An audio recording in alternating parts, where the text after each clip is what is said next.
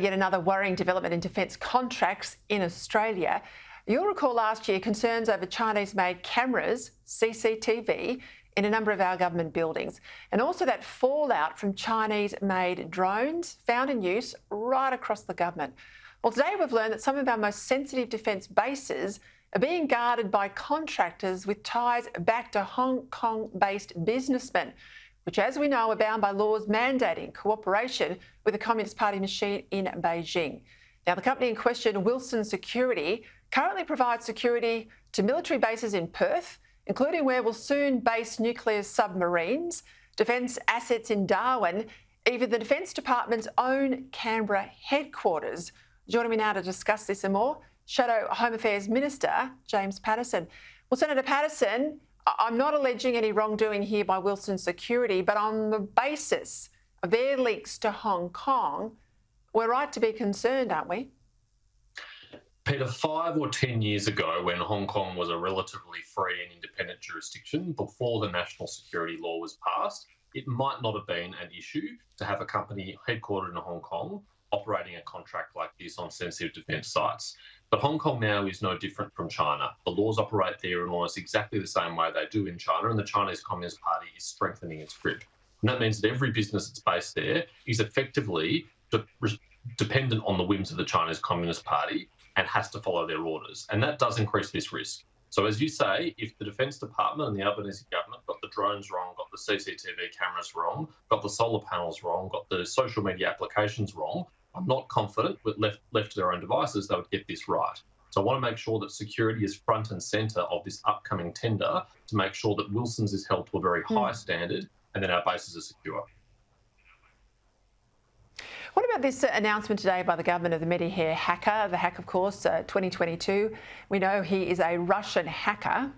The government have slapped him with sanctions. Sure, that's perhaps a good thing, but Richard Marles made a whole lot out of this announcement today, but the experts that I listened to not long after his interview said, look, good and well he's been named, but these sanctions are not going to make much difference. How do we counter this in the future?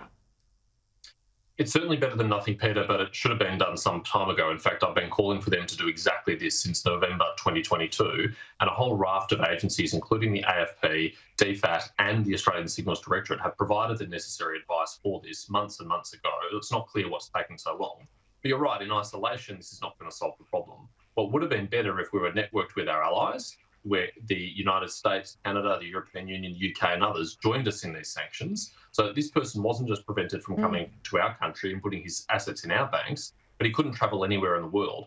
And when the world starts to get a lot smaller for you and a lot less friendly, that might lead you to think twice about engaging in this activity. The other thing we need to be doing more of is offensive cyber operations against these hackers. The ASD has the people and the technology that they're capable of doing it. They just need to be let off the leash to do much more of it, because that will really make people think twice. Hey, just quickly, you're a senator for Victoria. I know this is outside your portfolio brief, but these worrying crime statistics today out of Victoria, particularly in relation to youth crime recidivism, so that's young people committing crimes again and again and again. The stats out today say that where a child is aged between 10 and 13 and they're charged with one criminal offence by police, there's 40% of those kids in that number that will go back before the courts, racking up 10 plus additional charges. We also know that the 16-year-old charged with the alleged murder of a Doncaster doctor, this is a doctor who was killed during a home invasion just recently, well, that kid was out on bail despite being charged with an aggravated burglary involving a machete. Now, this can't continue. What needs to happen here in Victoria?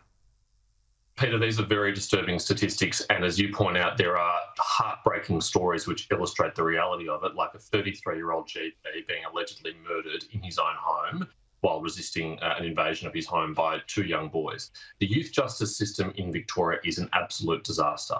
It is not keeping violent criminals off the streets, and it's not successfully rehabilitating people so they can be re-released into the community.